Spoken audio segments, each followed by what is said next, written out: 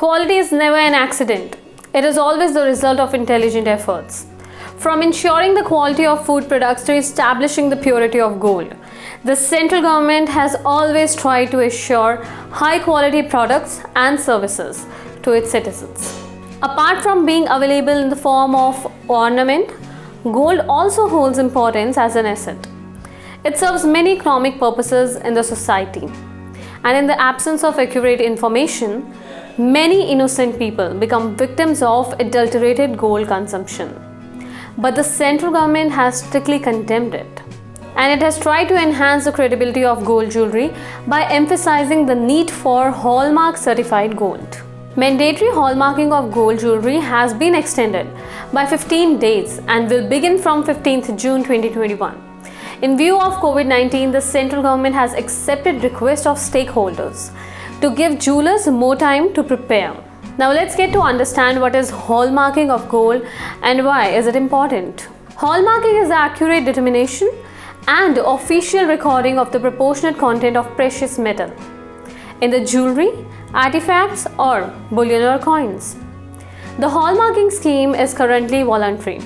However, a quality control order for mandatory hallmarking of gold jewelry or artifacts has been issued on 15 January 2020 by the Government of India.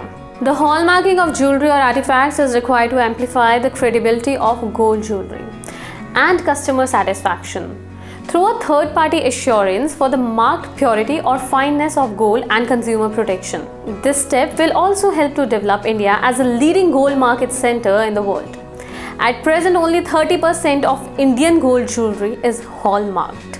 Now let's get to know about the process of hallmarking. It is important to understand that for hallmarking a jeweler who wants to sell hallmark jewelry has to obtain a registration from Bureau of Indian Standards. The registered jeweler submits a jewelry for hallmarking to Bureau of Indian Standards recognized assaying and hallmarking center. Let's get to know more about assaying and hallmarking centers. They are testing centers where the jewelry is tested. After testing, the assaying and hallmarking center applies a hallmark on the jewelry which meets the requirement of the standard. It is worth mentioning that in the last 5 years, there has been an increase of 25% in assaying and hallmarking centers. Currently, 940 assaying and hallmarking centers are operative in the country, and out of them, 84 AHCs have been set up under government subsidy schemes in various districts. These centers can hallmark 1500 articles in a day.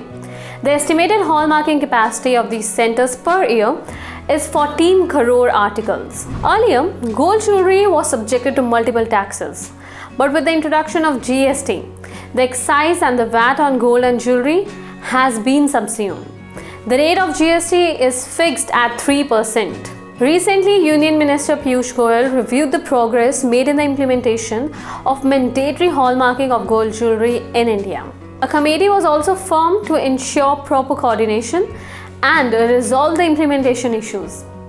The minister also mentioned that customers must get hallmark certified gold at the earliest all across the country without any further delay. While expressing confidence, he also affirmed that India must have the best gold standards in the world. The central government is continuously trying to protect the public against adulteration and to obligate manufacturers to maintain legal standards of fineness. With effective policies and satisfactory implementation, the government has tried to ensure a standard of living for its citizens. We will be back with more information. Thanks for watching.